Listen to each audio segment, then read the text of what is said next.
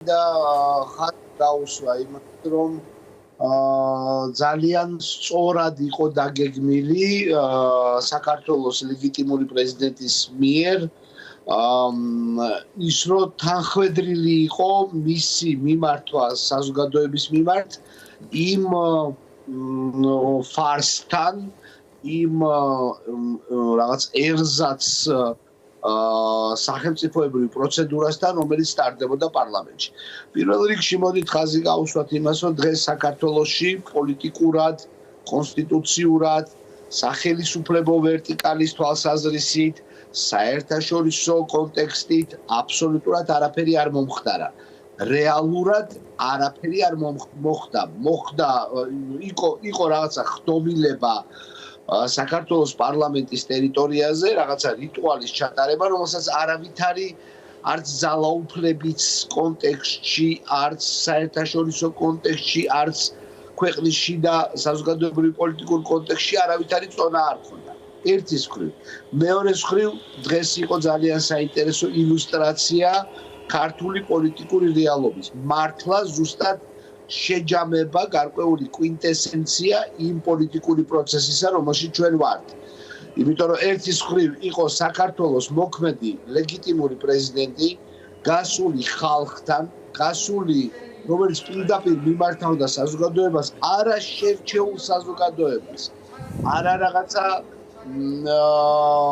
ზაფებით მიბმულს იმ სკამებზე, არამედ ხალხს, რომელიც იდგა ქუჩაში ქართულ საზოგადოებას, ხოლო მეორე ფანჯარაში ჩანდა შეშინებული, რაღაც გამოკეტილი, სადღაც რაღაცა ჩახუთულ მდგომარეობაში მყოფი რამდენიმე ათეული ადამიანი, რომელსაც ყველას გააჩნია თავისი ძალიან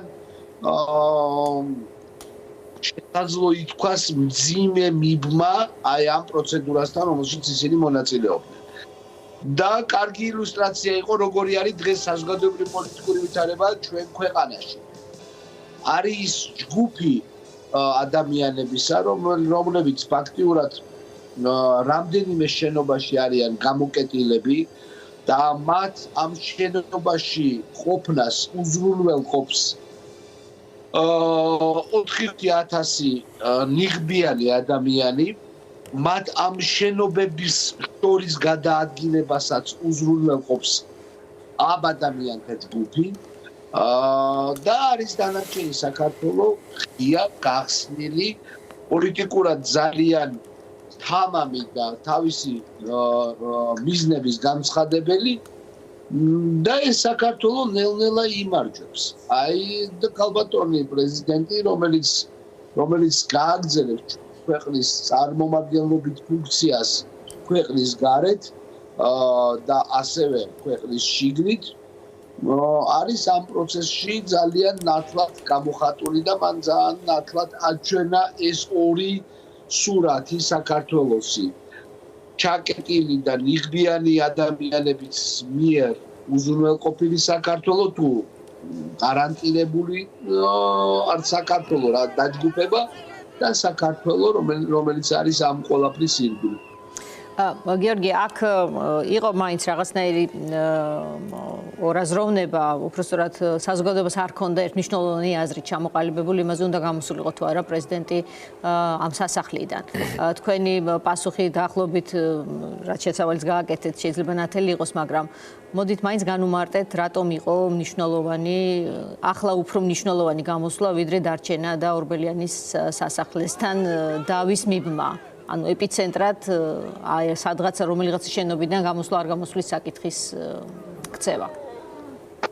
მე მესმის ეს საკითხი, იმიტომ რომ სასახლის საკითხი არაერთხელ ყოფილა პოლიტიკური დისკუსიის თემა, იგივე მაგალითად ჩემ შემთხვევაში, როდესაც მე ასე ვთქვათ, ოკუპაცია მოუხდინე იმ წინა სასახლეს და ოკუპებული მქონდა 5 წლობაში.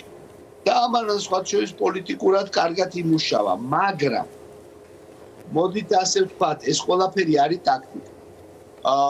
დღეს სასახლის ეპიცენტრად ქცევა იქნებოდა იმის მანიშნებელი, რომ ჩვენ აქ ვიწყებთ ბრძოლას და ეს არის ჩვენი ბრძოლის ცენტრალური, ასე ვთქვათ, ციხესიმაგრე.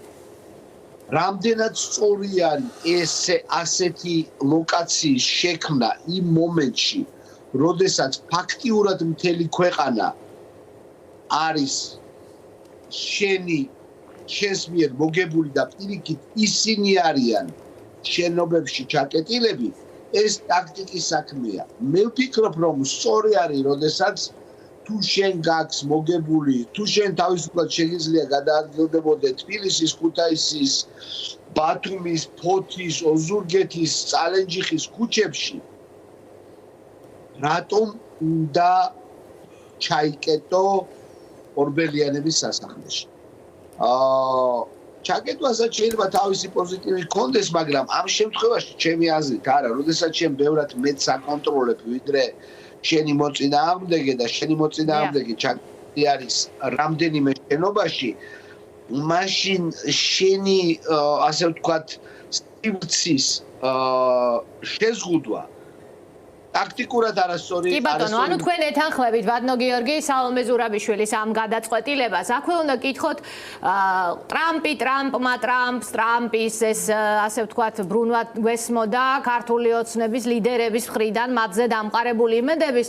შედეგად მივიღეთ, რომ სალომე ზურაბიშვილია მიწვეული ტრამპის ინაუგურაციაზე, ყაველაშვილს არ ულოცავს არავინ. ეს ერთი და პარალელურად მივიღეთ მოცემულობა, რომ ივანიშვილი სანქცირებულია ამერიკის შეერთებული შტატების მხრიდან დემოკრატიის ძირის გამოთხრისთვის რუსეთის ინტერესების სასარგებლოდ. ამაზე ცხადად შეერთებულ შტატებს რა უნდა ეთქვა და არის თუ არა ეს მოკლევადიანი გადაგორების მცდელობა ივანიშვილის ტრამპ სოცი იანვარი წყალწაღებული ხავს ეკიდებოდას ამბავი, რამდენად გჯერათ, რომ ელჩს რომ აპირებდა შეხვედრო და ახლა აგერ მთლად დასანქცირებულია წლის ბოლოს. კი ბატონო, ეს იყო მოსალოდნელი და არაერთხელ ჩვენ ამაზე გაგვიმახვილებია ყურადღება, რომ ტრამპს მოტივაცია რატომ უნდა ასე ვთქვათ პუტინს აჩუქოს საქართველოს ივანიშვილის ფორმით. ხო, სიურრეალიზმის სფეროდან არის და ამაზე არაერთხელ გვისაუბრია. არაადეკვატური იქნება ეს გადაწყვეტილება, მიუხედავად იმისა, რომ პოლიტიკაში ხშირად ხდება არა მაინც და მაინც მორალურად გამართული გადაწყვეტილებები, მაგრამ მათ უკან დგას ხოლმე რაღაცა სერიოზული არგუმენტაციული ბაზა. ამ შემთხვევაში საქართველოს რომლის ხალხი დგას ქუჩაში და აი ამ ღირებულებებისთვის იბრძვის, იმ ღირებულებებისთვის, რომელიც ძალიან მნიშვნელოვანია ემოციურად, მათ შორის ტრამპისთვისაც, იმიტომ რომ ის არის დღეს ამერიკის არჩეული პრეზიდენტი და შესაბამისად თავისუფალი სამყაროს ლიდერი. ხო, უბრალოდ აბსურდი იყო. ამასთან ერთად ჩვენ არანაირად არ უნდა გვეგონოს, რომ ოცნების პროპაგანდისტული მანქანა, რომელსაც ყავს თავის აუდიტორია, რაიმენაირად ამ ზღვარზე გაჩერდება. აქ ლიმიტი არ არის. აქ მათ შემოქმედებას არანაირი ლიმიტი არ აქვს. არც ევროკავშირის კონტექსტში, არც სანქციების კონტექსტში, არც შეერთებული შტატების კონტექსტში ამ დონეზე მისული პროპაგანდისტული მანქანა ნებისმიერ ახალ ვერსიას შესთავაზებს თავის აუდიტორიას, სხვა შორის აუდიტორიას, რომელიც უკვე მიჩვეულია და გარკვეულად მინდა რაღაცნაირად ისე რბილად თქვა ეს ტერმინი მომდის შემჯდარია ამ ნემსზე, მაგრამ ეს არ მომწონს ეს ტერმინი. გარკვეულად მზად არის რომ მიიღოს მათგან კიდევ ერთი ტყუილი. იმიტომ რომ ადამიანები, რომლებიც მიყვნენ და შეყვნენ ამ ტყუილის თეორიას, რომ პირველი წელი კარგი იქნება და მეორე უკეთესი, აი ეს ტყუილის თეორია უკვე ძალიან გაღმავებული არის. და შესაბამისად ეს მდგომარეობა არანაირად ფაქტიურად არ შეცვლის დისკუსიას იმ ადამიანებს შორის, ვისაც გააზრებული გვაქვს საქართველოს რეალური პოლიტიკური მდგომარეობა და იმ ადამიანებს აი ამ რეალობაში, როდესაც მას ჯერათ, რომ ეხლა იქნებ ტრამპმა დაამარცხოს Deep State-ი გლობალური ომის პარტიის სახით და მერე შემდეგ მისცეს ივანიშვილს უფლება რომ პუტინის სახელით მართოს საქართველოს. ბატონ გიორგი, რაღაცნაირად ხედავთ ახლა სიტუაციას, რომ ივანიშვილს რაღაც თითქოს ეს რეჟიმი რაღაც გალავანშია, მთელი გარე სამყაროსგან გაუცხოებაა და ცდილობს რომ აი ეს გალავანი რაღაცნაირად თავზე არ ჩამოენგრეს და შიგნით არის გამაგრებული. თქვენი აზრით, რაზეა მაინც დამოკიდებული, რომ ივანიშვილის ეს სისტემა, ეს რეჟიმი ჩამოინგრეს, რომ მან ვერ გაუძლოს რაიმე კონკრეტულ ნაბიჯებზე ქვეყნის შიგნით ან ქვეყნის გარედან კიდევ დამატებით, თუ უბრალოდ დრო მუშაობს ახლა მის საწინააღმდეგოდ? დრო მუშაობს მის საწინააღმდეგოდ. მე მინდა გითხრათ, რომ მე არ მგონია, რომ ჩვენი მთავარი ასე ვთქვათ, სამიზნე ახლა უკვე არის ივანიშვილი.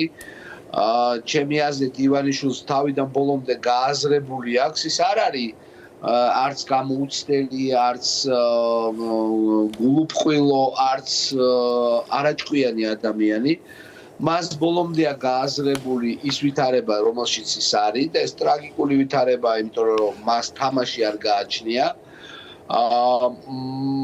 და ჩემი შეფასებით ჩვენ არ უნდა ველოდეთ ივანიშვილის მიერ უკან გადადგმულ ნაბიჯებს. სადამდეც ის მივიდა თავის ამ პროცესში, აქამდე არასდროს არ მივიდოდა ეს, რომ მისი ნება ყოფილიყო.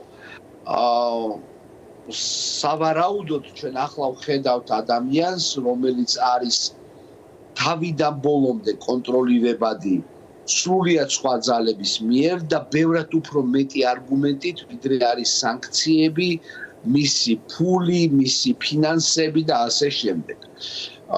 შესაბამისად, მე ასე ვხედავ ვითარებას, რომ ეს არ არის ის საიდანაც უნდა მოხდეს ამ ვითარების განმუხტვა, ეს არ არის პირადად ივანიშვილი. მან აჩვენა, რომ მას დასაკარგი უკვე აღარაფერი არ აქვს, იმიტომ რომ აქამდე არ მივიდა. ეს ერთი. მე ვარაუდობ, რომ ეს არ არის უახლოესი პოლიტიკური გარემოცვაც, რადგან ისინიც, როგორც ივანიშვილი, მოსკოვთან არის, ასე ვთქვათ, ბევრად უფრო მძიმე ჯაჭვებით მიბმული, ვიდრე ეს არის მისი კრედიტ ბარათი და მისი შემოსავლები. ასევე ეს ადამიანები უახლოესი გარემოცვა, რომელიც შეიძლება რამდენიმე ათეული ადამიანით განსაზღვროთ, ისინიც მასთან არიან ბევრად უფრო მძიმე თემებით მიბმული, ვიდრე უბრალოდ კეთილდღეობა არის. დიდი მადლობა. დიახ, მეგონა დაასრულე.